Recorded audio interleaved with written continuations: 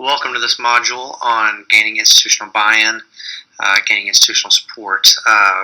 In this lecture, we will be hearing from Tamara Long, who's the Director of Admissions at Abilene Christian University. She has been working for many years trying to improve the way faculty and staff buy into visits, buy into admissions procedures, and getting them on the same page with their strategic enrollment plan. Enjoy the interview.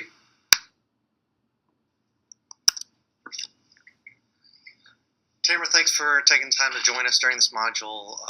Our major point of discussion this week surrounds the idea of gaining institutional support for our recruiting efforts. So let's get started. First, give us some information about your background in higher ed. What positions have you held? And then how has your review of recruiting changed over the last 10 years? Okay, great. Well, thanks for having me, Corey. Again, I'm Tamara Long, Director of Admissions here at ACU. I began in admissions in 2003, so I've been working in enrollment for about 11 years now, just over 11 years actually.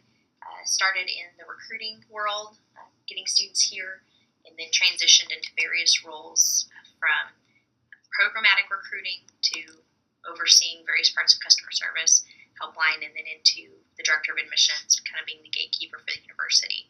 So I've really seen all the aspects of the inputs of what it means to bring students here.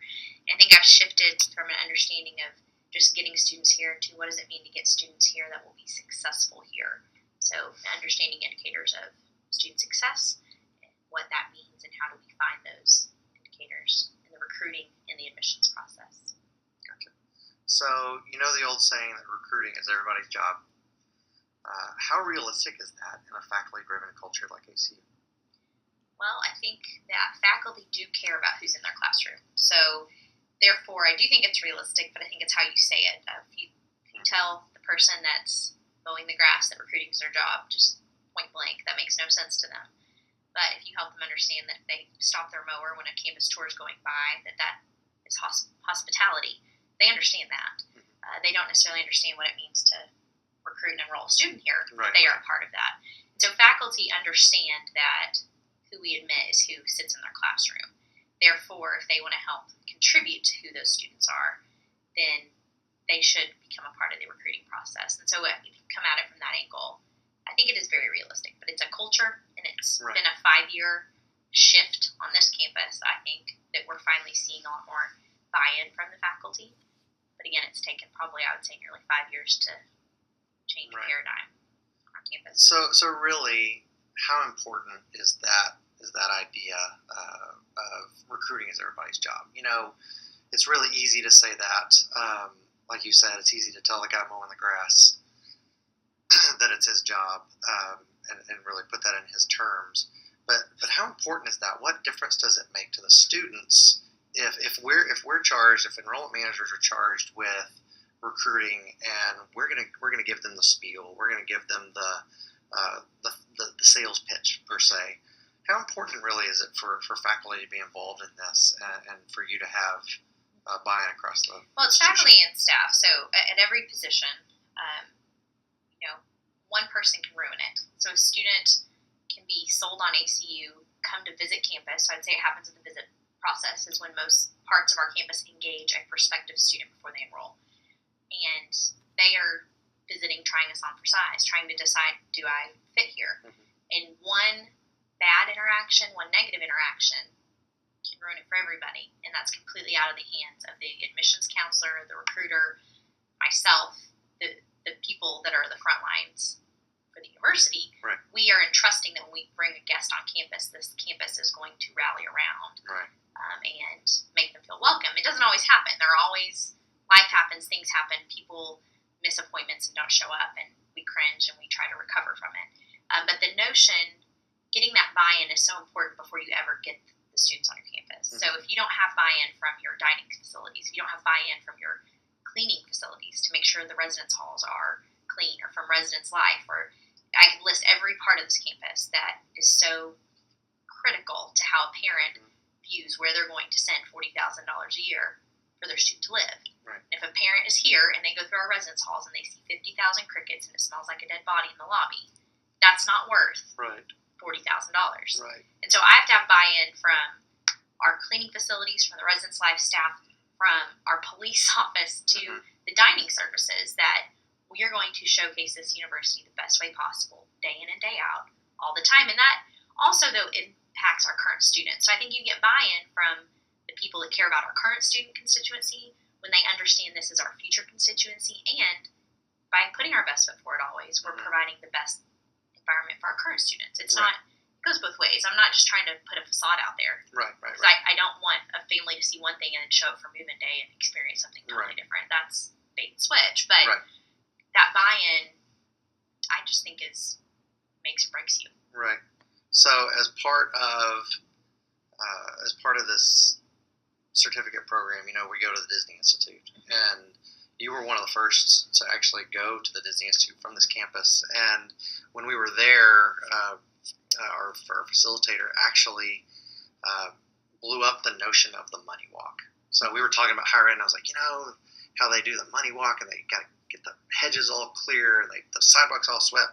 And I said, that's the dumbest thing we've ever heard. And I said, okay, tell me about that. And they basically said, if you're just procuring part of your campus for the prospective students, you're setting an unrealistic expectation of what the rest of the campus is going to be like. And when they show up, they're going to be disappointed.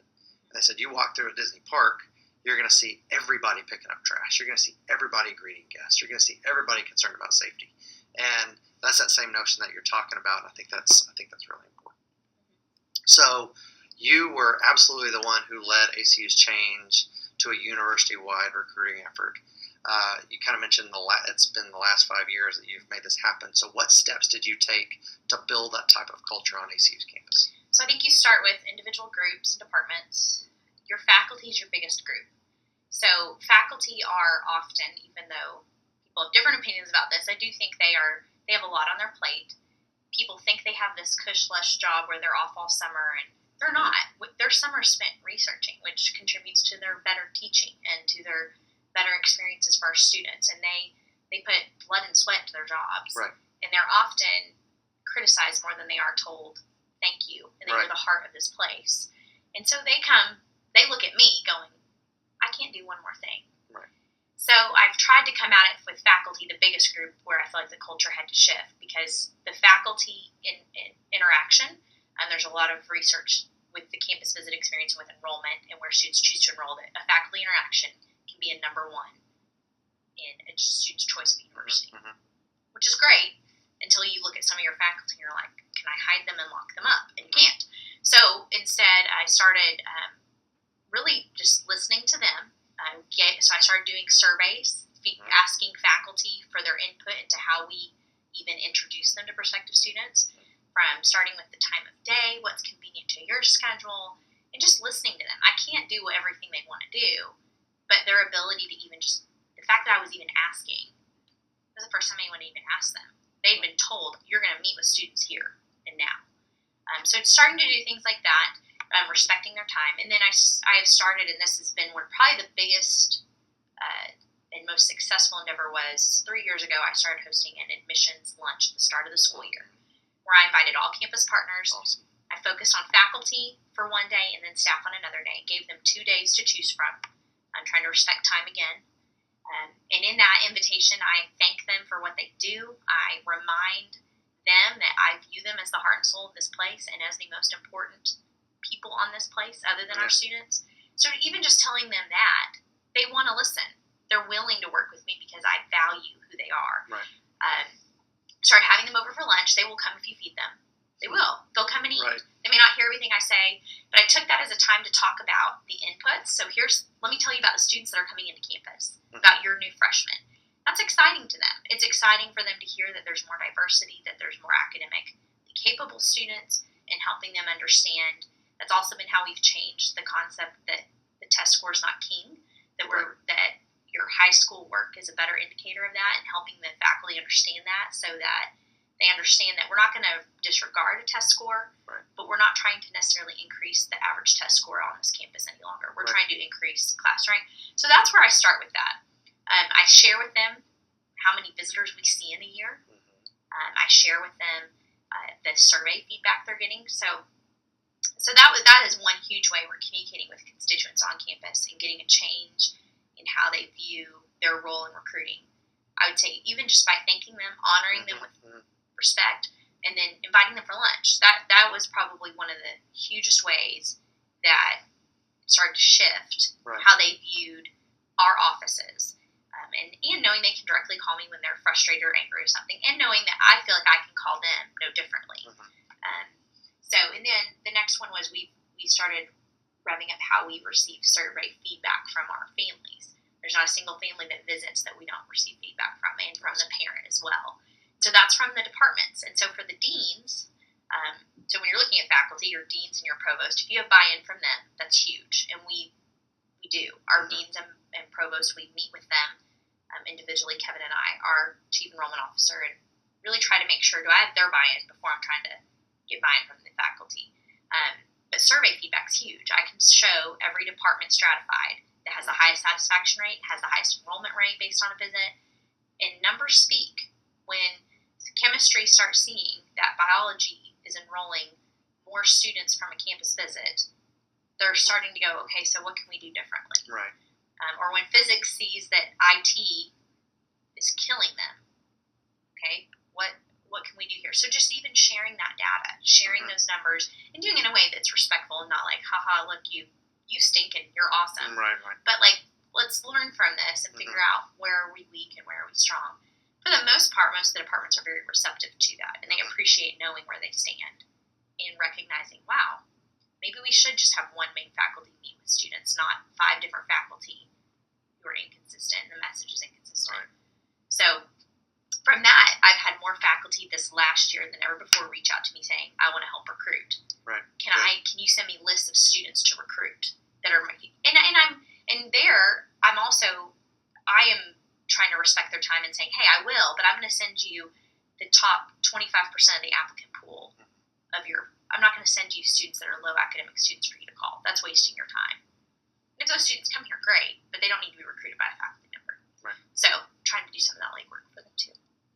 I think what I wanted them to hear most, our students to hear most in this interview is exactly what you just articulated. Is it's an intentional action that got people to buy in. It's thinking of what are the things I can do to make them feel important, and really taking the time to work on the details of that. And I don't think any detail was overlooked. And so talk to me about the reactions that you got. I'm sure you got some pushback. I'm sure you got some welcome with open arms. You've already said you've had faculty coming out of the woodwork to say, hey, how can I help? But when you first started this, what were some of the reactions that you got? Well, there's some departments that, to be honest, I had to go talk to the dean and say, okay, these are 3 faculty right now that are refusing to, they don't want to accommodate a visitor at 1:30, which is the time we have all agreed upon as a campus is the best time for faculty and students to meet with one another. And that has been a commitment, and we're trying to do that to honor faculty time, and I've got these 3 faculty saying, no, not doing it. So when that, to be honest, sure. I talked to the faculty, well, I'm sorry that that's how this impacts you, but I'm going to talk to the dean, and we'll see where we can go. There was one that said, okay, I'll figure it out. They were mortified that I would go ask the dean to meet with students in their place. They were also still pissed at me. So part of it, too, is I'm great, be pissed at me. I'll still smile and say hi to you at the grocery store, and I don't really care. Right. It's not personal. So if there's anything I could say to people, if there's anything I could say about when you're trying to change things or shift things, that when people get angry and frustrated, it's not with me as a person. They're just pissed at the schedule I'm changing. They're pissed at what I'm asking them to do. It's not personal. And so that in itself helps me navigate the social climate of that. So I would say the frustrations of just general faculty buzz, but I'm not afraid to pick up the phone and call them, and I wasn't afraid to walk over to their office and talk to them about it. And for some, it was like, okay, let's think through this creatively. The nursing school is a really good example of a department we were launching a new college, the nursing school, and we were in this place of they were having a very poor visit experience with families. They were in tears over it because they don't want that, but they also don't have a solution. So I go sit down with 3 of them and go, okay, tell me what's going on. what is getting you, why are we having a bad visit experience for our families? You have demand in your program, but they're missing they're actually coming in under their enrollment numbers that we were hoping for. So we kind of start to figure out they've got one person that has been deemed the person that has to meet with families who's so stressed out because they're advising. There's just all these things, and I'm like, okay. And we're asking them to meet 3 days a week, and that's just overwhelming them. So for them, for a year, while they're getting off the ground, we've said, okay, how about nursing schools only available 1 day a week? And we make that known to our prospective families. And so for them, for that dean, they were, thank you so much. You hear that we are struggling. You're going to help us. They understand this isn't an indefinite change, but I was willing to change something for them. And so I think it's that back and forth of, but, people call. When you change somebody's schedule, the way they've done things, they don't like it. So but again, if you've got the buy-in from your deans and provosts that this is what's best for the university, there's really not a whole lot. You can talk to them and listen to them, and you should, but if I've got the deans on my shoulder, I can call them and go, hey, I've got these 3 faculty that are bucking this. And with all of them, it's been, okay, I'll talk to them. And the tune changes. So if I could sum up in 2 words, it would be determination and patience. It's not going to turn around tomorrow for students just starting out in their organization and saying, hey, we're going to start this institutional buy-in effort. It's not going to happen tomorrow. It's not going to happen this school year probably. But if you've got determination and you're patient and you've got the right connections and you are intentional about what you're doing, then this kind of thing can happen. So what advice would you give to enrollment professionals as they try to gain institutional support for their recruiting efforts? Well, one, I would first decide, are you in a position that can have impact? And it doesn't mean if you're not in a position that has direct impact, you can't. So just figure out where you're at in your organization. Don't try to lead a charge when you have no empowerment to lead that charge, or you will feel just completely deflated if you're not going to that way. So I would say, look at your organization and look at the key players on your campus. Get a pulse for where the buy-in level is on your campus, because it's going to be different across campuses. Some campuses maybe don't need that much buy-in. It might already exist, but maybe it needs to just be perked up a little bit. Maybe there's some places that could be better. And so then from that, get the right players on your campus. Sit down with them and talk to them. Start a conversation. Say, hey, I'm noticing that these partners on campus don't appear to really buy into the recruiting notion that we're all a part of this. So say to whether it's deans, whether it's to leaders of other departments, whether it's your current leader, okay, what could we do to help buy-in? And for some, for like our grounds office, it's not that they don't care, they just didn't know. Nobody sat down and no one took them on a campus tour to help them say, hey, this is what we're showing our guests. This is our campus and who we are. And when we pass through this area and the mower blower keeps going, our guests, it's disruptive. They can't hear the tour. Oh, well, we'll make a policy wherever there's a cart within so many feet, mowers, blowers, stop. That's easy. But it was just having a conversation. So I think it's having the gumption to pick up the phone and call, because I have yet to, and I mean, I've been at various levels from a peon to having some level of by authority, but I've never had someone not talk to me, from a vice president to an administrative coordinator, say, hey, can I talk to you about some things going on in your department and how we can partner? And I think using those words, partner, you're not asking them to do your job and you're not trying to do their job. You're trying to be a partner. And I just think coming at it from that way and having the gumption and calling, I just think we don't ask. We don't ask. We assume that, they don't care. And building that relationship, they absolutely care. Our chief of police, our cleaning staff, they all know me and they care. And they care about me personally, but they pick up the phone and call. Ask. That would be what I would, my number one thing. Well, thanks for taking the time and talking to us. I think this is a super important piece of recruiting and enrollment management, is getting everybody on board. So I appreciate your time to talk to us. Thanks.